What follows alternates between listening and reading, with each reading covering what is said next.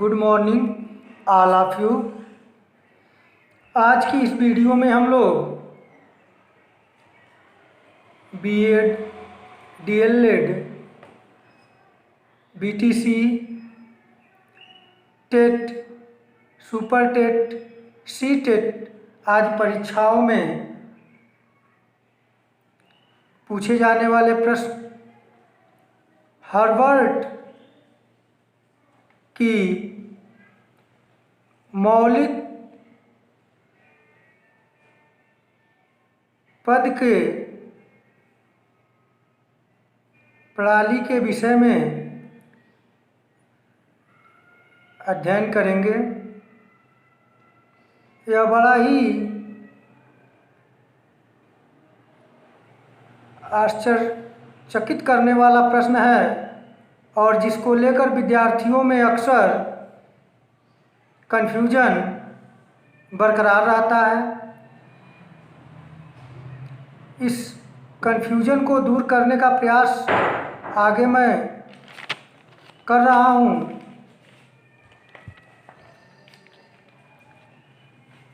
क्योंकि हार्वर्ड की पंचपदी प्रणाली में मुख्यतः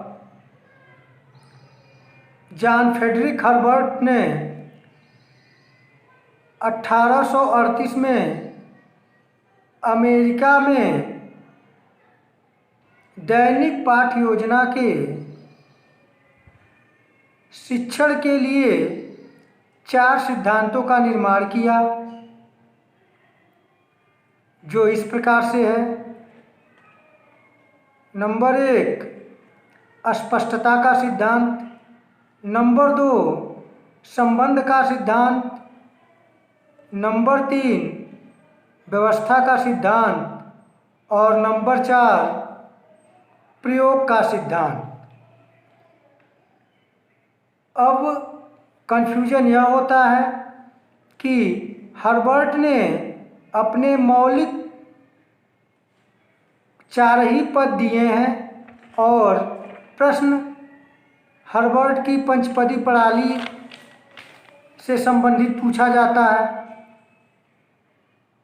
हुआ यह कि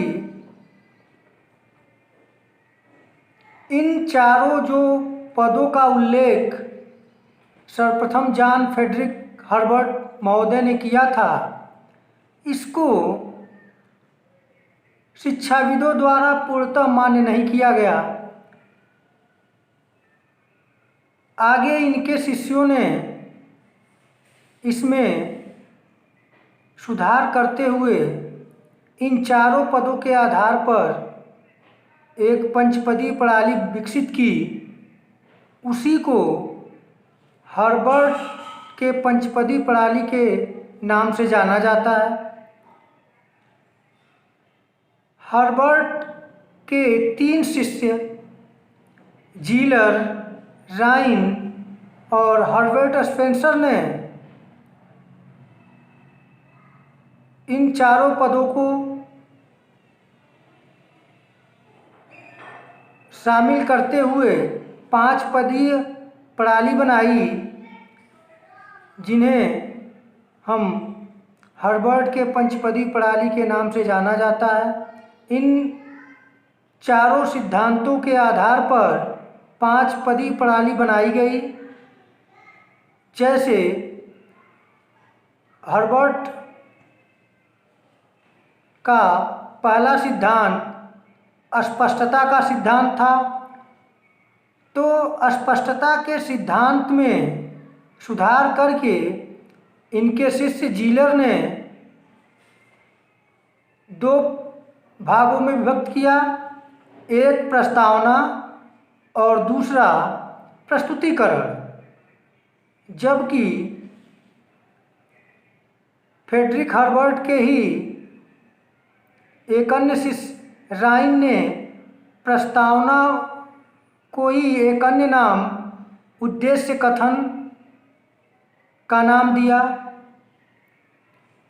इस प्रकार प्रस्तावना को उद्देश्य कथन के नाम से भी जाना जाता है। यहाँ हम देख सकते हैं कि मुख्यतः अस्पष्टता का सिद्धांत के अंतर्गत दो पद बने, एक प्रस्तावना और दूसरा प्रस्तुतिकरण। अब हर्बर्ट के दूसरे सिद्धांत संबंध के सिद्धांत के आधार पर उनके शिष्य हर्बर्ट स्पेंसर ने तुलना का पद बनाया और फ्रेडरिक हर्बर्ट के तीसरे सिद्धांत व्यवस्था के सिद्धांत के आधार पर हर्बर्ट स्पेंसर ने निरूपण का सिद्धांत या निर्धारण का सिद्धांत या पूर्वावलोकन का सिद्धांत का नाम दिया। इस प्रकार हम देखते हैं कि इसमें एक सिद्धांत का प्रतिपादन और हुआ, एक पद और बना जिसे हम निरूपण का पद या निर्धारण का पद या पूर्वावलोकन या सामान्यीकरण के पद के नाम से जानते हैं। और आगे फ्रेडरिक हर्बर्ट के ही शिष्य हर्बर्ट स्पेंसर ने ही प्रयोग सिद्धांत के आधार पर प्रयोग या अभ्यास का पद बनाया। इस प्रकार हम देखते हैं कि फ्रेडरिक हर्बर्ट के मौलिक 4 पदों के आधार पर उनके शिष्यों ने जो पंचपदी प्रणाली बनाई वो इस प्रकार से है। नंबर 1 प्रस्तावना या उद्देश्य कथन, नंबर 2 प्रस्तुतिकरण, नंबर 3 तुलना, नंबर 4 निरूपण या निर्धारण या पूर्वावलोकन या सामान्यीकरण और 5वां प्रयोग या अभ्यास। इन 5 पदों को ही हर्बर्ट का पंचपदीय उपागम के नाम से जाना जाता है।